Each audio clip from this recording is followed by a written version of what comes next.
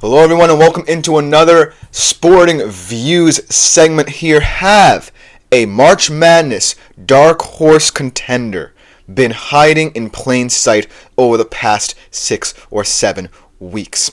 Now, I know what a lot of you are thinking. We already seemingly have in our minds a set number of dark horse contenders we always look at before March Madness, before Selection Sunday. However, whether it be the mid-majors of the world, potentially the Drakes, the VCUs, the Daytons, if they win the A-10 conference tournament, or some of these guys sitting on the bubble, Boise State, Georgia, Vanderbilt, Oklahoma, some SEC schools who, while have superior, or rather have usurped expectations, have been sitting in the bubble. The team that I want to discuss, and yes, while they are my favorite teams, this is still a team going to be in the national spotlight over the next couple of weeks, whether or not they do make it to the tournament, are going to be a force to be reckoned with just because of the role they've been on. They have not necessarily impressed in the important statistics over the season, but down the stretch they have put themselves in a prime position to be a bid stealer at the very least and one of the first 4 teams out at the very worst. With that being said, are the Xavier Musketeers your dark horse contender for March Madness? And as you can see, kind of getting a little bit more official here. We have a little bit of an overlay. We have a little bit of a lower thirds. Did a little bit of tinkering on certain things, and here we are. So hopefully I look a little bit more official to all of you, but that is not what matters here. What matters is the content, and what matters right now is the team in question, the Xavier Musketeers. Think about this. We had a defined kind of narrative in our minds surrounding the Xavier Musketeers just 6 weeks ago. At 15-10, chances were they weren't even going to sniff the first 4 teams out kind of portion of the tournament.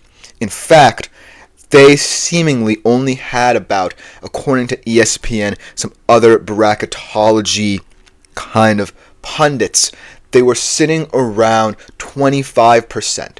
Maybe even less than that, maybe even in the teens. Them and Villanova, in fact, were paired as teams with work to do in the very intriguing Big East in terms of what they needed to do to get into March Madness. Now, over this past 6 weeks, they've had one of the most impressive winning streaks in the country, and with their win at Butler, kind of cements themselves in pundits' minds at the very least as either one of the first 4 teams out or the last team in the tournament altogether.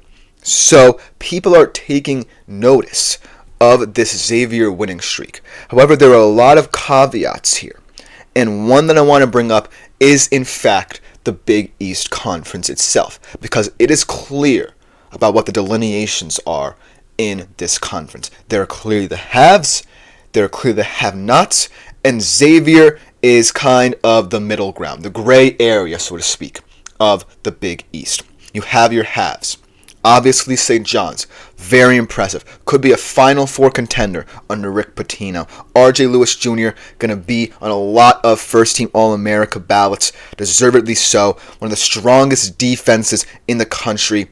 They are looking to be the Big East's true threat to make the Final Four. Then you have teams like Marquette, always a national contender, maybe not so much so this year, but still in the national spotlight. You have Creighton, a bizarre team really, still have a lot of the pieces in last year's run. Ryan Kalkbrenner is still one of the best big men in the country, but I don't necessarily feel as confident as I did last year in this team's narrative. And then last but not least, you have the UConn Huskies, who, while are the back-to-back defending champions, they have not impressed as much this season, relying a little bit too much on star freshman Liam McNeely, but they still have one of the most generational coaching talents of all time in Dan Hurley at the helm, and with him, anything is possible for this UConn team.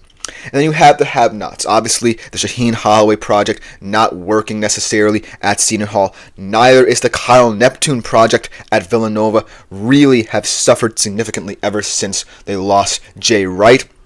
You have teams like Georgetown, Providence, Butler, those teams sitting in the lower portion of the Big East standings. But Xavier is clearly the team that's going to create the most divisiveness, perhaps the most middling team out of this entire Big East bunch, but still, because of what they've done over these past 6 or 7 weeks, going to be in the national spotlights from their last regular season game tomorrow against Providence through the Big East Conference tournament and until Selection Sunday. So let's talk about their situation a little bit more. In their 6-game winning streak, their best win was against Creighton. However, that was a quad 2 win. For those who don't necessarily know how wins kind of matter in college basketball, let me tell you. Quad 1 wins are the most impressive wins you can potentially garner as a college basketball team. They are the headlining wins in your resume. They are wins against teams either in the top 25, I believe, or in the top 30 in terms of net ranking. A very kind of positive ranking for a top team. Then quad 2 teams are your 30 to 50 in terms of net ranking, so on and so forth, down to quad 3 and quad 4. And I believe there is a quad 5, which would be your worst possible win on your resume. Xavier have been dominant in terms of quad 2 wins, at least in the Big East. They have 3 very impressive wins in the resume. Against Marquette, when at the time they were ranked in the top 25 in the AP poll. Against UConn, who I believe were ranked as well during that matchup. And now against Creighton, who, while weren't ranked, still are a solid quad 2 win in the Big East. However, they did not have a game against a quad 1 opponent. All 6 of their wins, despite outside of the Creighton one, so to speak, were all wins against the bottom tier of the Big East. Your Butlers, your Providences, your Georgetowns.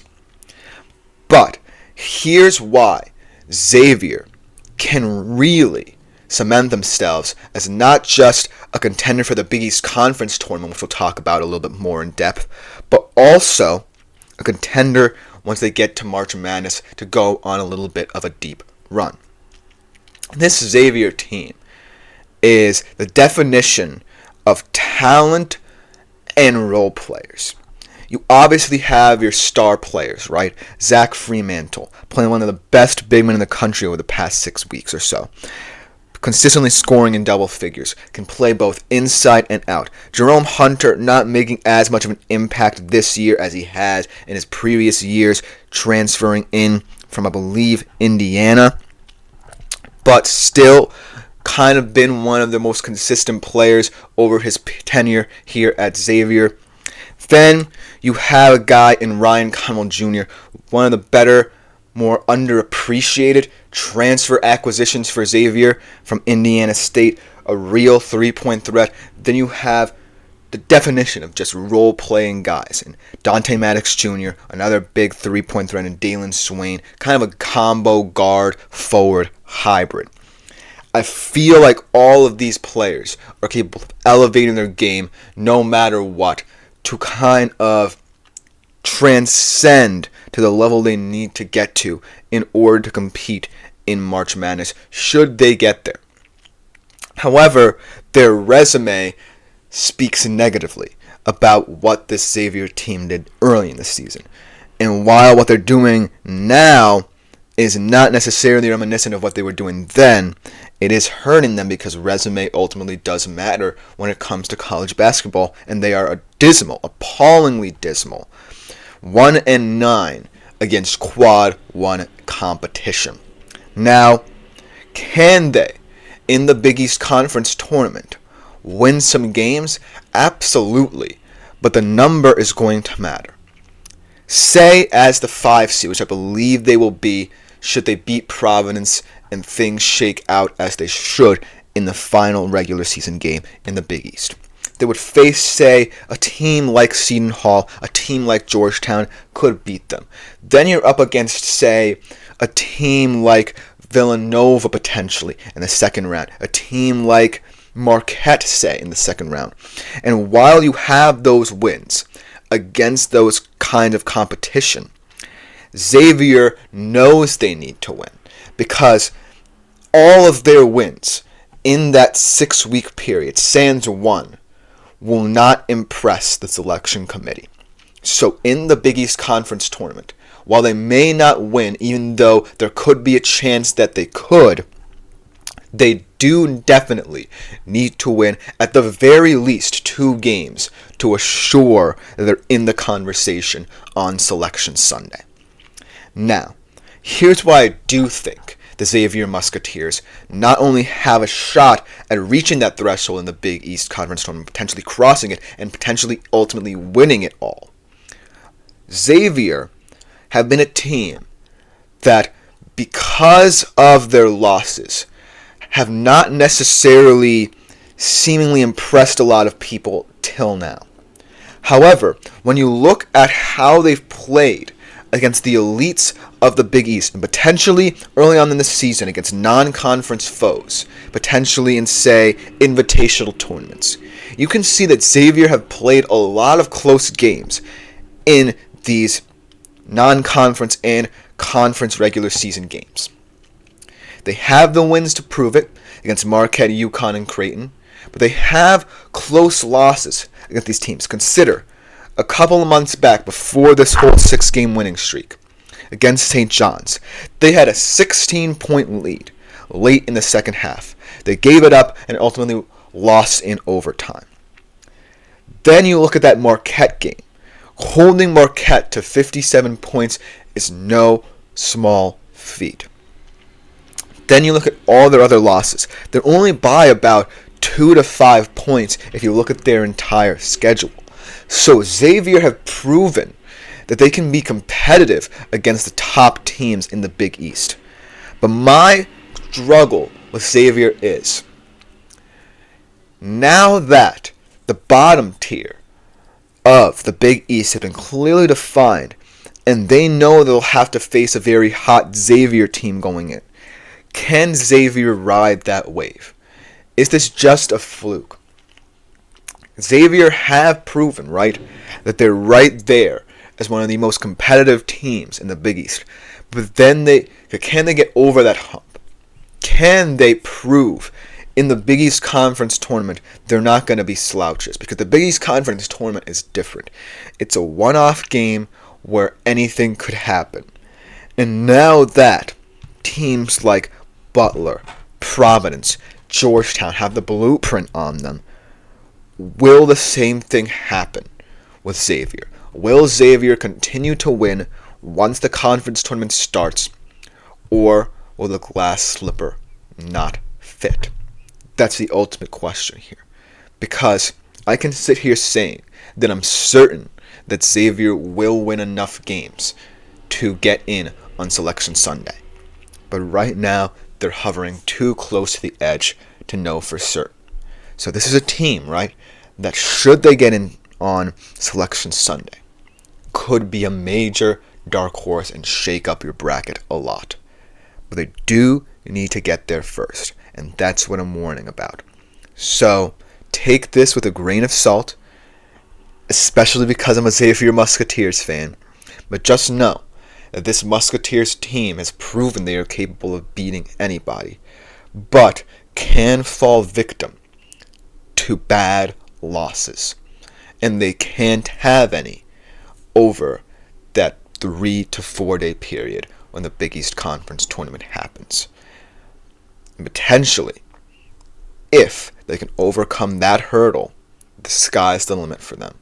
And maybe they're the Big East team that we should all be watching in March Madness. So thank you all for tuning in. Hopefully we look a little bit more official as we go along. We have some graphics for now, but hopefully it gets a little bit more exciting for you all. But thank you yet again for showing your support. This has been another segment here on Sporting Views. Thank you for tuning in. We're going to continue potentially next week with a couple more topics. I want to get more sports involved here. Let me know what you think in the comments. What sports do you want to see in this show? But for now, I'm tuning out. And hopefully y'all are able to tune in to this edition of Sporting Views.